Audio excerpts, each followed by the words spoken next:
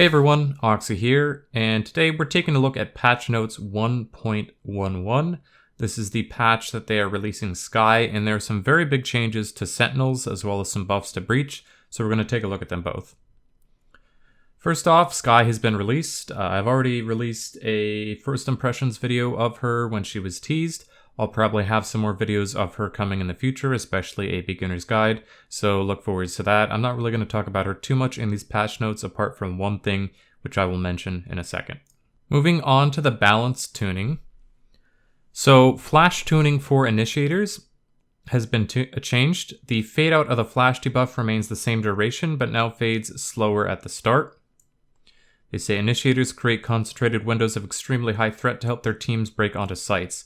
To this end, we are slightly increasing the duration of debuffs from some initiator abilities, mostly flashes. Our goal here is to increase the opportunity window that initiators' teammates have to capitalize on their utility and further differentiate initiators from duelists. And in addition to this, Breach himself specifically is having his full flash time increased from 1.75 to 2 seconds. Now, this is what I wanted to mention with Sky, because I'm going to have to test this out in post in a second and see exactly, but it looked to me like her flash is also sitting at around 2 seconds. Maybe it's not quite as long as Breach's flash, but it is very long. So initiator flashes are all much stronger now, and honestly, I'm not a huge fan of this. I know that attack side needs a bit of help, and that Breach's pick rate is pretty low as of right now, but I really don't think this is the change that we needed. Breach is very strong in a high-level competitive play, especially in organized team settings, and I don't think he needed any additional buffs at this point, especially to the flash. Breach's flash is really frustrating to fight against. It comes pretty much from anywhere, and it's very hard to react to. And having a 2-second blind on that flash means unless you're near cover or you have insane reaction speeds to look away, you're probably just going to be a free kill at that point. So I'm not too happy about this change. I don't think Breach needed any buffs, and if they were going to buff him, I would have preferred to see something more along the lines of buffing his signature, the fault line. I don't like this change at all. Next up is the Sentinels. Similar to some of the changes we made with Sage, we want to increase the depth of decision making when playing Sentinels, while also providing enemies with more counterplay to trap abilities. To reduce the total potential impact of these abilities, autonomous traps are now disabled when the deployer dies, e.g. CYPHER's trapwire disables when CYPHER dies. We want to encourage Sentinel players to play more thoughtfully and carefully around their traps while increasing the reward for taking out the Sentinel player. Straight off the bat, before we even get into the changes, I'm going to say I think this is a terrible change right off the bat, and I'll explain why in a second once we go through the changes. So CYPHER, just what they said there, his trapwire is now disabled upon death, and the spy camera is also disabled and revealed upon death. They're both not only disabled, but revealed. Killjoy. Killjoy is the most effective when locking down a single site. Killjoy has to stay near her turret and alarm bot for them to remain active. Her global recon should be hit pretty hard here, but we have slightly boosted her stalling power to counterbalance that nerf. They didn't really do that, in my opinion. All in all, we hope to keep Killjoy in a very similar place power-wise, but give her a stronger identity as the premier on-site defender. So the deactivation range, alarm bot, and turret now deactivate if she is more than 40 meters away from them. Re-entering the 40-meter range reactivates her little friends. And there is a radius on the minimap now that will show you where that activation range is. Turret. Cooldown after pickup reduced from 20 seconds to 10 seconds. The alarm bot. Range at which alarm bot can be detected has been decreased from 9 meters to 7 meters. That's not very big. And the cooldown after pickup reduced from 20 seconds to 7 seconds. So she is getting compensation in the form of these cooldown nerfs. You essentially now can pick your turret and nanobot up and use them much more quickly after picking them up. The nanoswarm, the range at which the nanoswarm can be detected, decreased from 5 meters to 3.5 meters. The damage has been increased from 40 per second to 45 per second, and the damage now ticks smoother and faster while a nanoswarm instead of in chunks of 10 every 1/4 of a second. So like I said, I do not like these changes for either of the Sentinels, and I'm going to go over the reasons why. There's two main problems that I have with this. The first problem is that this is going to result in really passive, unfun, and uninteresting play from the Sentinels. Previously, the way you play these characters is on defense, you place your stuff down on a site, and that can act as early info. And then you can either push out and lurk or roam and rotate to help your teammates elsewhere. And you were getting value because your utility would at least let you know if the enemy team was pushing into the site or pushing wherever you weren't but your trap was. Now, as a result, you have to be near your stuff if you're Killjoy, which prevents her from even really rotating to help teammates. And you have to play so passively because if you die, your utility is just gone and it's useless. Now, it is worth noting that having set utility that you can place down on the map that persists after you die is very, very useful. This is a very strong point in picking either of these two operators. However, in my opinion, that's not something that needs to be nerfed or removed from the game. And the reason for this is that you pay for that ability to still have an impact after you die, with the fact that you can't have a direct impact on fights immediately. So for example, somebody like Phoenix or Jet or Raze, their abilities are very useful mid-fight. They can pull out their grenade, their flash, throw their smoke, dash, the wall, whatever.